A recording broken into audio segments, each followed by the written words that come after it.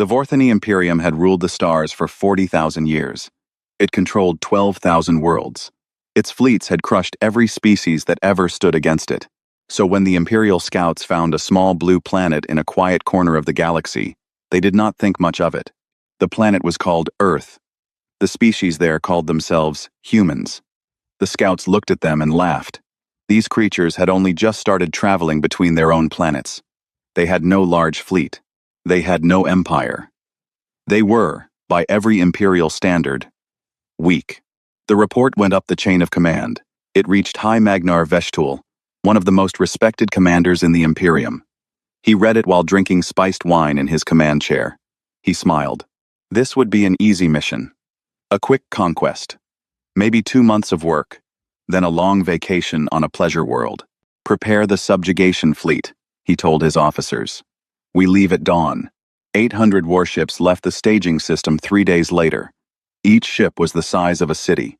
Each one carried weapons that could crack a planet open. The fleet jumped through subspace and arrived in the Sol system on a Tuesday morning, Earth time. Veshtul expected the usual reaction: panic, fear, world leaders screaming at each other and trying to surrender first to save their own skins. He had seen it 1,000 times. The pattern never changed. But Earth did not panic. Instead, every screen on every Imperial ship lit up at the same moment. The humans had hacked into the Imperial communication system. This alone should have been impossible. The Imperium's codes were ancient and deep. No outside species had ever broken them. A woman appeared on the screens. She had dark skin and gray hair tied back in a simple knot. She wore a plain blue jacket. Her name, the translation system said, was Ayanna Reeves. She was the director of something called the United Earth Coalition. She did not look afraid. She did not look angry. She looked tired, like a parent dealing with a child who would not behave. High Magnar Veshtul, she said. Her voice was calm. You have 72 hours to leave our system. We strongly recommend you take this offer. There will not be a second. Then she was gone. The screens returned to normal. Veshtul stared at the empty display for a long moment. Then he laughed. He laughed so hard his chest hurt. His officers laughed with him, though some of them looked uncertain. Did you hear that? Veshtul said, wiping his eyes. She gave us a deadline. The little human gave the Imperium a deadline. He shook his head. I have been doing this for 200 years. I have crushed 40 species, and this little planet thinks it can give me orders. He pointed at his weapons officer. Pick a small island, somewhere empty. Hit it with a low-power kinetic round. Just enough to make the ground shake. We will show these humans what a real warning looks like. The weapons officer nodded. He chose a small ring of islands in the middle of Earth's largest ocean. No people lived there. Just sand and birds. The perfect target for a demonstration. The kinetic round was a long metal spike, heavier than a mountain, fired from orbit at incredible speed. When it hit, it would explode with the force of a small nuclear weapon. Not enough to kill many beings, but enough to make every government on Earth understand that the Imperium meant business. Fire, Veshtul ordered. The weapon launched. It fell through space and entered Earth's upper atmosphere. The Imperial sensors tracked it perfectly. The trajectory was correct. The speed was correct. Everything was working exactly as planned. Then the spike disappeared. Not exploded. Not deflected. Not destroyed by some defense system the sensors could see. It simply stopped existing. 1 second it was there. The next second, it was gone. No flash. No debris. No energy signature. The bridge of the flagship went silent. Veshtul leaned forward in his chair. Run that again, he said quietly. His officers ran the recording 5 times. The result was always the same. The weapon entered Earth's atmosphere and ceased to exist at exactly 40 kilometers above the surface. Whatever did this had not been tracked, had not been detected, had not even been noticed until it acted. Fire another one, Veshtul said. Larger. Different angle. They fired 3 more rounds, each from a different ship, each at a slightly different target. All 3 vanished at the same altitude, same precision, same complete lack of any sign of how it was done. Veshtul felt something unfamiliar in his chest. It took him a moment to recognize it. It was a small, cold feeling. Just a tiny bit of something that might, if he was being honest, be called doubt. He pushed the feeling away. He was a High Magnar of the Vorthani Imperium. He did not feel doubt. "Hold position," he ordered. "Run full scans of the planet. I want to know what just defended that island. Find me the weapon. Find me the satellite. Find me whatever it is." His officers worked for hours. They scanned every part of Earth and the space around it. They found cities, farms, ships, and small space stations. They found weather satellites and communication relays. They found everything you would expect to find around a young, spacefaring world. They did not find any weapon that could have stopped those kinetic rounds. They did not find any energy source large enough. They did not find anything unusual at all. That was the most worrying part. Late that night, Veshtul sat alone in his private chamber. He poured another glass of wine and looked at the small blue planet on his viewing screen. 71 hours and 47 minutes remained on the human's deadline. He told himself it was a bluff, some clever trick. Maybe the humans had one defensive system, just one, and they had used it to scare him. He had 800 warships. He had reinforcements he could call. He had the entire Imperium behind him. But the cold feeling in his chest would not go away. On Earth, in a quiet office, in a quiet building, Ayanna Reeves drank a cup of tea. A young aide came in with a tablet. "Director," he said, "the Imperial fleet has not moved." She nodded. "They will not believe us yet. They never do. Should we send another warning?" She shook her head and took a slow sip of her tea. "No," she said. "We told them what would happen. Now we wait." Outside the window, the morning sun was rising over the city. It was going to be a beautiful day. Ayanna Reeves watched the light spread across the rooftops and thought about all the work that had come before this moment. 3 generations of quiet preparation, 3 generations of patience. The countdown continued. The Imperium did not yet understand what it had walked into. 12 hours passed. Then 24. Then 36. High Magnar Veshtul did not leave. Instead, he called for help. The message went out across subspace to the nearest Imperial bases. He requested 3 full battle crowns. Each battle crown was made of more than 1,000 ships. He was asking for over 4,000 warships to deal with one small planet. His staff officers were surprised. Some of them tried to hide it, but Veshtul could see it on their faces. A High Magnar of his rank should never need that much help. To call for reinforcements was to admit that the situation was beyond his control. It was, in a small way, a confession of weakness. But Veshtul did not care. The cold feeling in his chest had grown. Something was wrong with this planet. Something was very wrong. And he would not be the commander who lost a fleet because he was too proud to ask for backup. While he waited for reinforcements, he ordered his intelligence division to dig deeper. He wanted to know everything about humans. Every record, every report, every small note in any Imperial archive that mentioned them. The work fell to a senior intelligence officer named Krell 9. Krell 9 was old, even by Vorthani standards. He had served the Imperium for 340 years.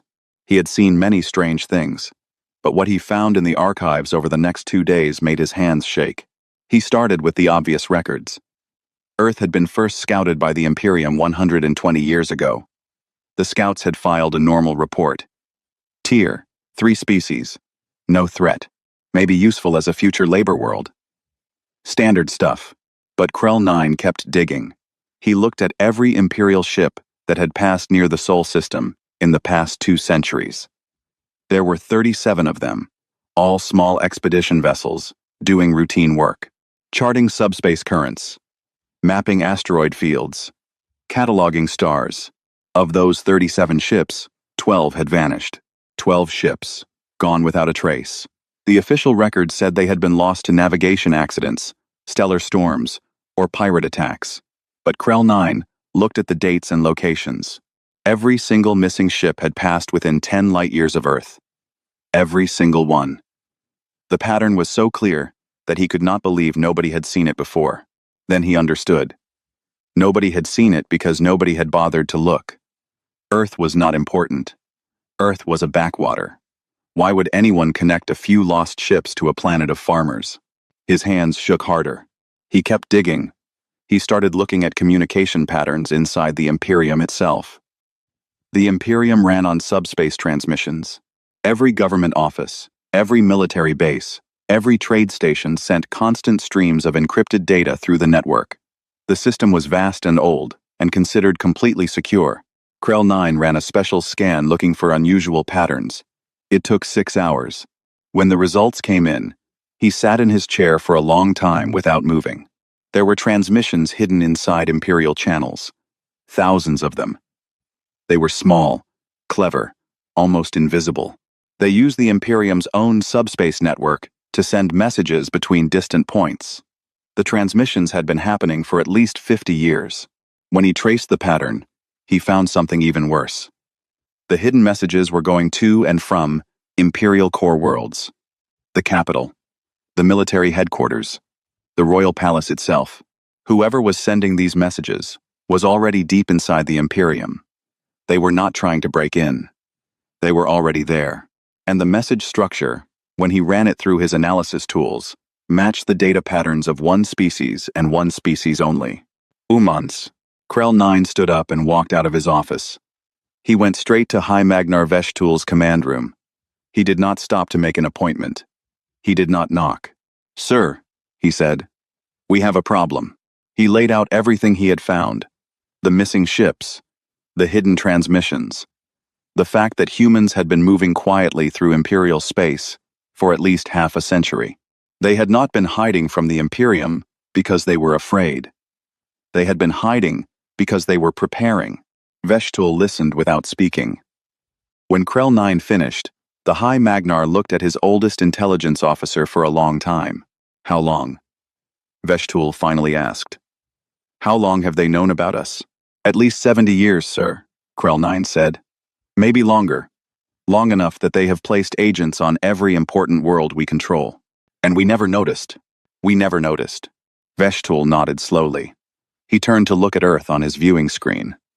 The little blue planet did not look like much, but he was beginning to understand that this had never been a fair fight. The humans had been studying the Imperium for generations. The Imperium had only learned the humans existed 5 years ago.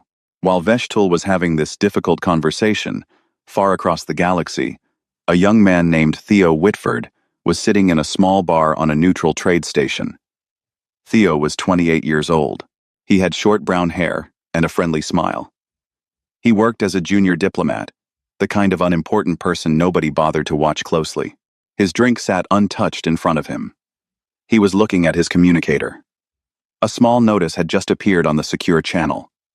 It said only, "Imperium has committed. Earth confronted. Awaiting your response." Theo took a long breath. He had trained for this moment for 10 years.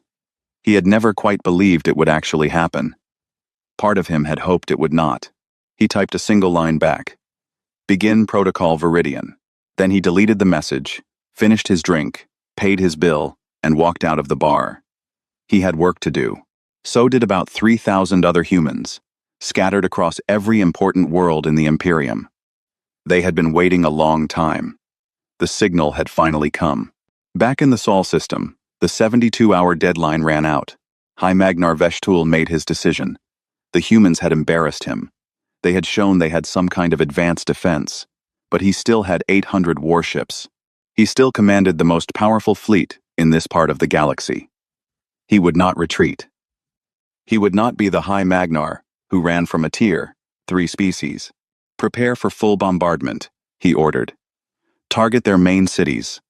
We end this now." The command went out. Across 800 warships, weapons officers prepared their kinetic rounds, plasma cannons, and missile batteries. Every weapon was charged. Every target was selected. Veshtul gave the final order. Fire. Nothing happened. The weapons did not jam. They did not malfunction. The officers all reported the same thing, in tones of growing confusion and fear. Their weapons were times empty. Every kinetic round, every missile, every plasma cell. The ammunition was simply times gone, as if it had never been loaded, as if it had never existed at all. A new transmission appeared on every screen. It was Ayanna Reeves again. She still looked tired, but now she also looked a little sad. That was the warning, she said. The repercussions begin now. The screen went dark. And somewhere in the depths of his chest, High Magnar Veshtul finally understood that he had brought his fleet to the wrong fight. The repercussions did not look like war. That was the first thing the Imperium failed to understand. War was something the Vorthani knew well. War was fleets clashing in space. War was cities burning. War was loud and bloody and full of glory. Every Imperial commander had been trained for war. But the humans were not making war. They were doing something else. Something the Imperium had no name for and no defense against. It started small. In the first hour after the deadline passed, an Imperial subspace relay station in Sector 12 simply went dark. The station was old and reliable. It had been running for 2,000 years. Now it was silent. No alarm. No warning. No reason. Then another relay went dark. Then 6 more. Within 3 hours, every subspace relay in 3 sectors had stopped working.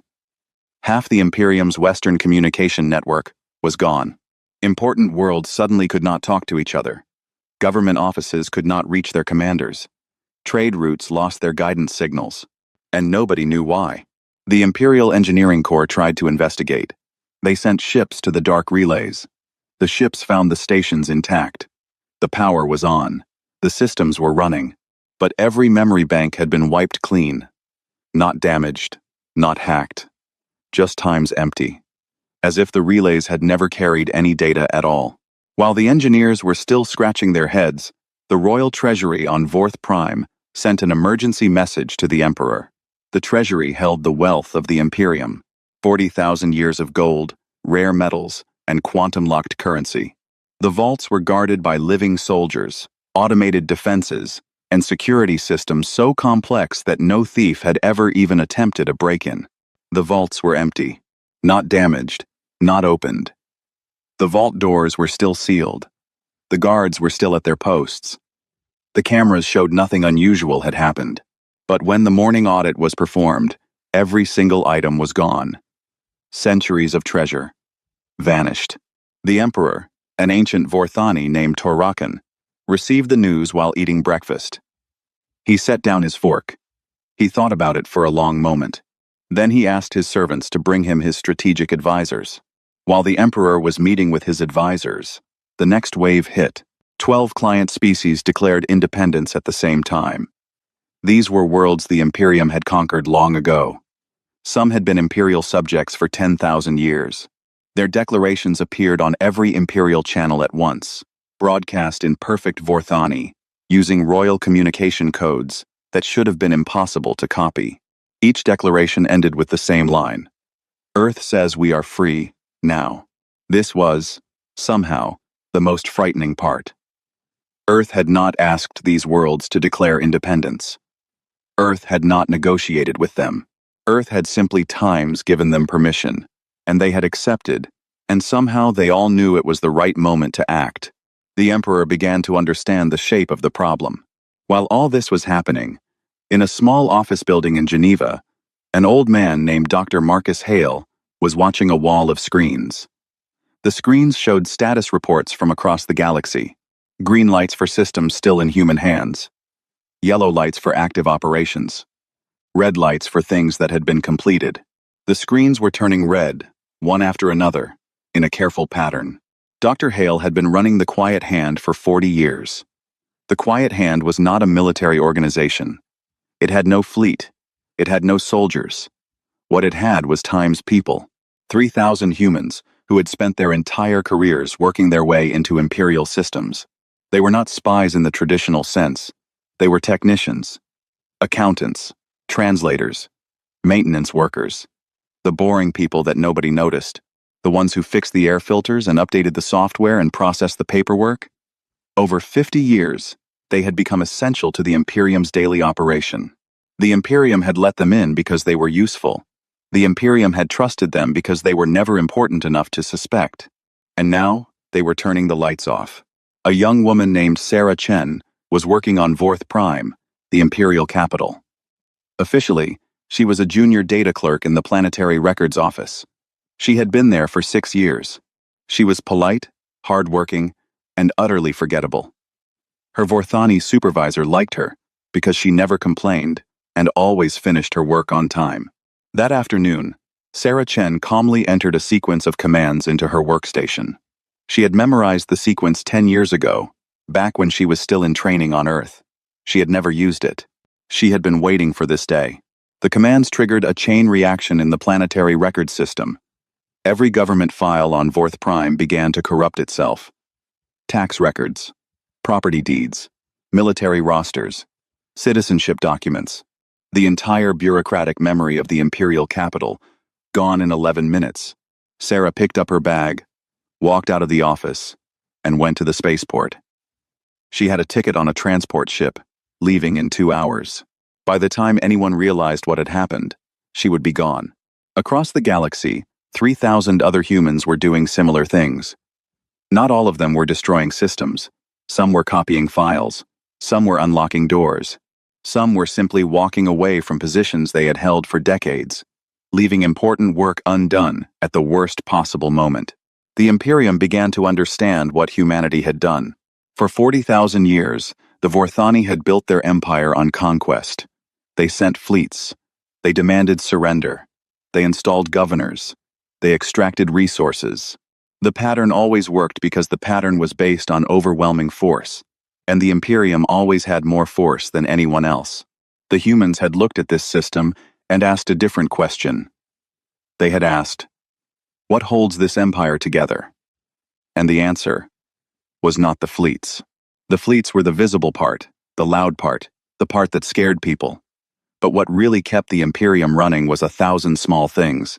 Communication networks, supply chains, tax records, maintenance workers, the boring infrastructure of governance. So while the Vorthani were building bigger ships, the humans had been quietly putting their hands on the small things, the boring things, the things nobody bothered to defend. Now they were squeezing. In the Sol system, High Magnar Veshtul tried to leave. He gave the order to retreat. His fleet's jump drives powered up. The navigators entered coordinates for the nearest Imperial base. The fleet jumped. It arrived back in Earth orbit. The navigators tried again. They entered different coordinates, different routes, different destinations. Each time, the fleet jumped, and each time, it ended up exactly where it had started, in orbit around Earth. After the 7th attempt, Veshtul stopped trying. He sat in his command chair and stared at the blue planet on his screen. His fleet had fuel for 3 centuries. It had supplies for 2 years. It had nowhere to go.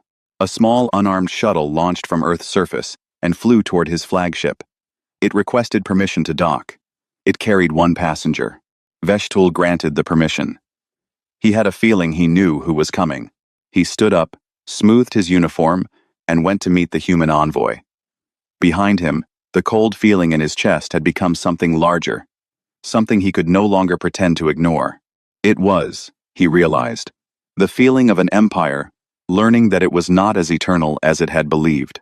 The shuttle docked with the Imperial flagship at exactly 14 minutes past noon, Vorthani, Standard Time.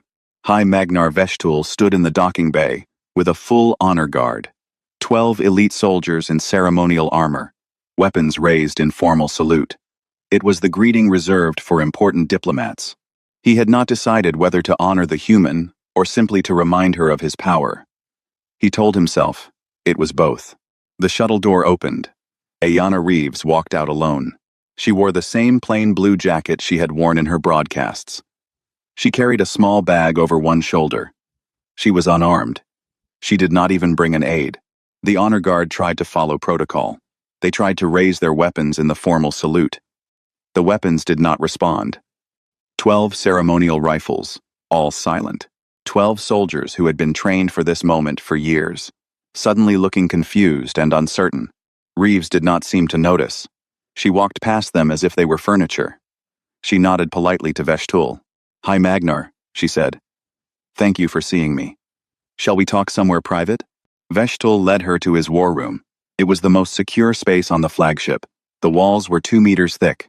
The doors were guarded by automated systems. The room was designed so that no enemy could ever reach it. He gestured for her to sit. She sat. He sat across from her. She set her small bag on the table and took out a single object. It was a clear crystal, about the size of a thumb. She placed it carefully between them. "This is for you," she said. "Or rather, for your emperor. I will explain what is on it. But first, I would like to talk." Veshtul looked at the crystal. It looked very ordinary. He had no idea what it contained. "Talk then," he said. His voice came out harder than he had meant. Reeves nodded. She folded her hands on the table. "My species does not want an empire," she said.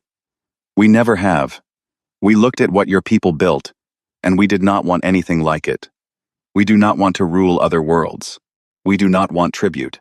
We do not want to make other species into our servants. We just want to be left alone." Veshtul opened his mouth to speak. She held up one hand, politely, and continued. 70 years ago, our scientists detected your scout ships near our system. We watched them come and go. We listened to their transmissions. We learned your language and your codes. And we made a decision. We decided that one day, your Imperium would come for us, the way it had come for so many others. We could not match your fleets. We could not build warships fast enough. So we chose a different path. She tapped the crystal lightly with one finger. We sent our people out. Quiet people. Ordinary people. People who would never look like a threat. We placed them in your systems, your cities, your ships, your offices. We taught them to be patient. We taught them to be useful. We taught them to wait. Veshtul felt the cold feeling in his chest spreading. He kept his face still. "For 3 generations. Reeves said softly, "We have been preparing for this conversation. We did not want to have it. We hoped you would simply leave us alone, but you came anyway. And now we are here." She pushed the crystal across the table toward him. "This crystal contains the keys to your empire. Every back door we have placed in your systems, every official we have compromised, every piece of infrastructure that we can turn off remotely, the power grids on 300 core worlds, the life support systems on every Imperial flagship, including this one, the food production networks on your agricultural colonies, the genetic archives that maintain your breeding programs, the neural implants that connect your emperor to his royal council." Veshtul stared at the crystal. "All of it?" he asked. His voice was very quiet. "All of it," Reeves said. Veshtul looked up at her. For the first time in his long career, he looked at another being and saw something he could not defeat. Not by force, not by cleverness, not by anything he had been trained to use. "What do you want?" he asked. "I want to give your emperor 3 choices," Reeves said. "I want you to take this crystal to him, explain what it contains, and let him decide which choice to make." She held up one finger. "First choice. The Imperium withdraws completely from a 50 light-year sphere around our sun. You recognize human sovereignty over our space. You stop sending ships into our system. In return, we remove ourselves from your infrastructure. We return your treasury. We restore your communication networks. The Imperium continues to exist. You lose nothing but a small piece of empty space you never controlled anyway." She held up a second finger. "Second choice. Your emperor refuses. In which case, every system we have touched fails at the same time. Power grids go dark. Life support stops working. Communication networks die. Food production halts. Government records vanish. The Imperium ends in one afternoon. There will be no battles. There will be no glorious last stands. There will only be lights going out, all across the galaxy, until nothing is left." She held up a third finger. Her face became very still. "Third choice. You attack Earth again. In which case, we stop being patient." Veshtul waited for her to explain. She did not explain. She simply lowered her hand and watched him with calm, dark eyes. He understood that she was not going to tell him what the third choice meant. He understood, also, that this was the most frightening of the 3. The first 2 were terrible, but knowable. The third was a door that humans would not open unless someone made them, and he did not want to be the person who made them. He thought about his emperor. He thought about his career. He thought about 40,000 years of unbroken imperial conquest, and how it might end this afternoon, in this small room, because of a woman in a blue jacket. "How long do we have to decide?" he asked. 12 hours, Reeves said. "Make it 24. The Emperor is old. He needs time to think clearly." She considered this. Then she nodded. 24 hours, she said. We are not in a hurry. She stood up. She picked up her small bag. She left the crystal on the table. Tell your emperor something for me, she said as she walked toward the door. Tell him that we did not want this. Tell him that we tried to be left alone. Tell him that if he chooses the first option, we will keep our word, and your Imperium will never hear from us again. We do not want to be your enemies. We just want to go home. She paused at the door. And tell him one more thing. Tell him that if he chooses the second option, we will not enjoy it. We will do it, but we will not enjoy it. We are not your people, High Magnar. We do not take pleasure in the suffering of others. She walked out. Veshtul sat alone in the war room for a long time, staring at the small crystal on the table. Then he picked it up, very carefully, and went to find a long-range communicator. He had a difficult message to send to his emperor. Emperor Torrakan received the crystal at the start of his evening meal. He was sitting in his private dining hall, eating quietly with his oldest advisor. The room was small by royal standards, with high windows that looked out over the capital city. The emperor preferred to eat without ceremony when he could. He was 412 years old, and ceremony had stopped impressing him long ago. A messenger brought the crystal in a sealed metal case.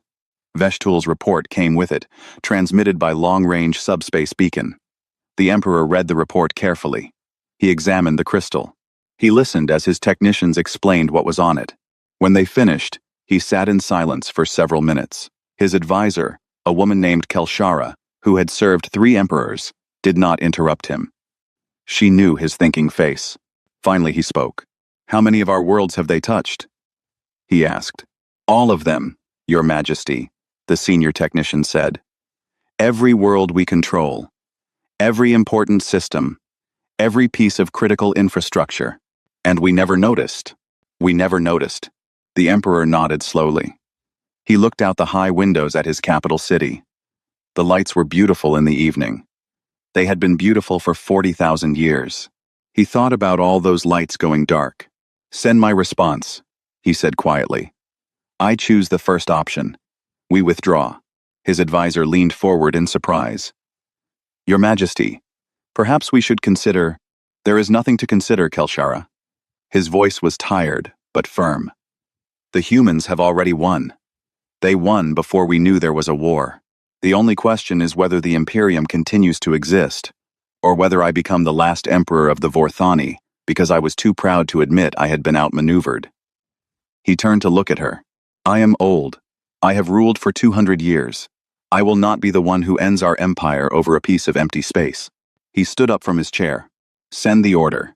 Withdraw all forces from the Sol exclusion zone. Recognize human sovereignty. Begin the formal ceremony at dawn. I will deliver the recognition speech personally. Kelshara bowed. She left to carry out his orders. The emperor stood alone at his high window for a long time, watching the lights of his city and thinking about how the future would judge him. The withdrawal began the next morning. 800 warships left the Sol system. They jumped to coordinates that worked properly this time. High Magnar Veshtul did not look back at Earth as his fleet departed. He did not want to see it ever again. True to her word, Ayanna Reeves kept her side of the agreement.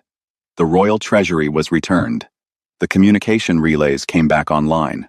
The hidden human agents began to leave their positions across the Imperium. Some stayed for a few weeks to help with the transition, training their replacements politely, before quietly resigning and going home. Others left immediately, packing small bags and boarding civilian transports without saying goodbye. The 12 client species that had declared independence were not punished. The Emperor had decided, after the events of those terrible days, that perhaps the Imperium had been holding too tightly to too many worlds for too long. He opened formal negotiations with each newly independent world. Some chose to remain part of a looser Imperial Federation. Some chose full freedom. None were attacked. None were reconquered. The galaxy noticed. For the first time in 40,000 years, the Imperium had let a world go without a fight. Other client species took notice. Other movements began.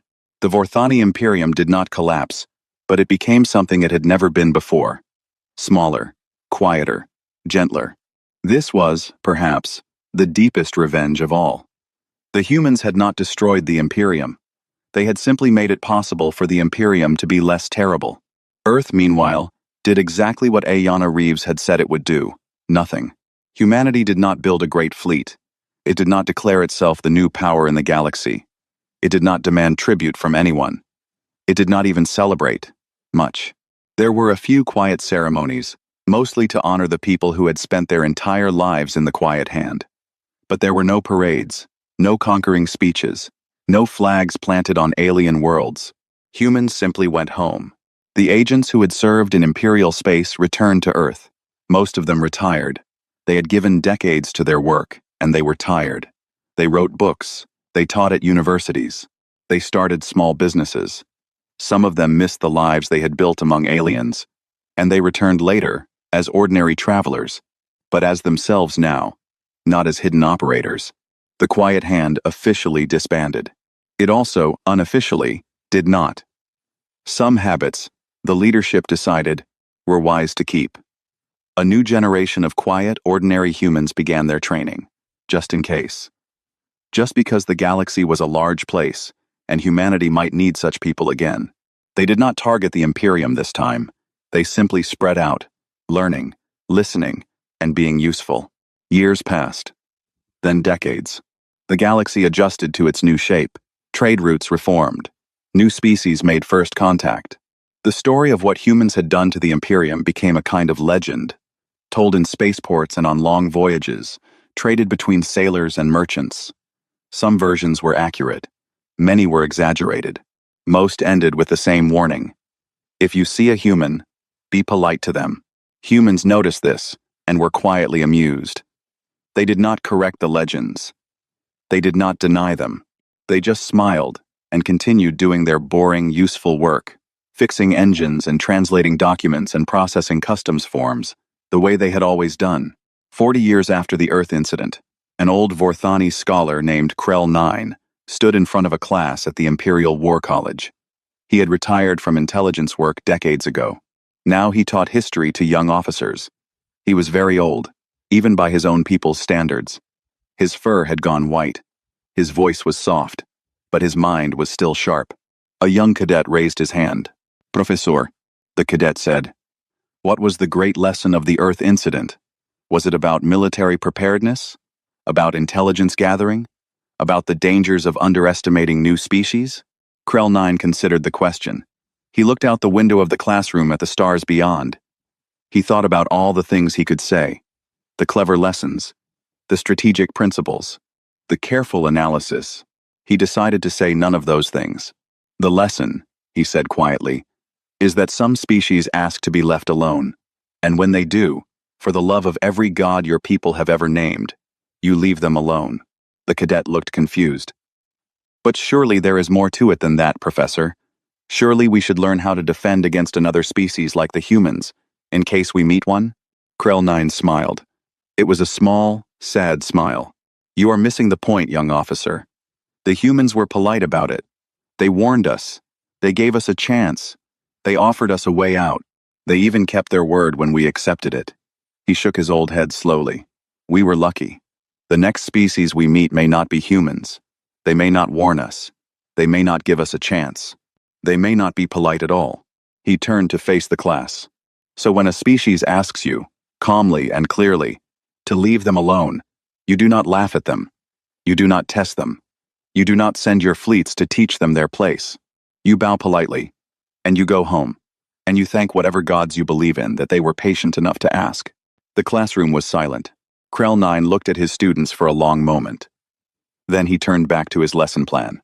"Now," he said, "open your textbooks to Chapter 14. We will continue our discussion of post-imperial diplomacy." Outside the classroom windows, the stars went on shining, indifferent to empires. Far across the galaxy, on a small blue planet in a quiet system, humans went about their day. They worked. They argued. They laughed. They made dinner. They watched the sun go down. They lived their ordinary lives in the way they had always wanted to live them. They were left alone. That was all they had ever asked for.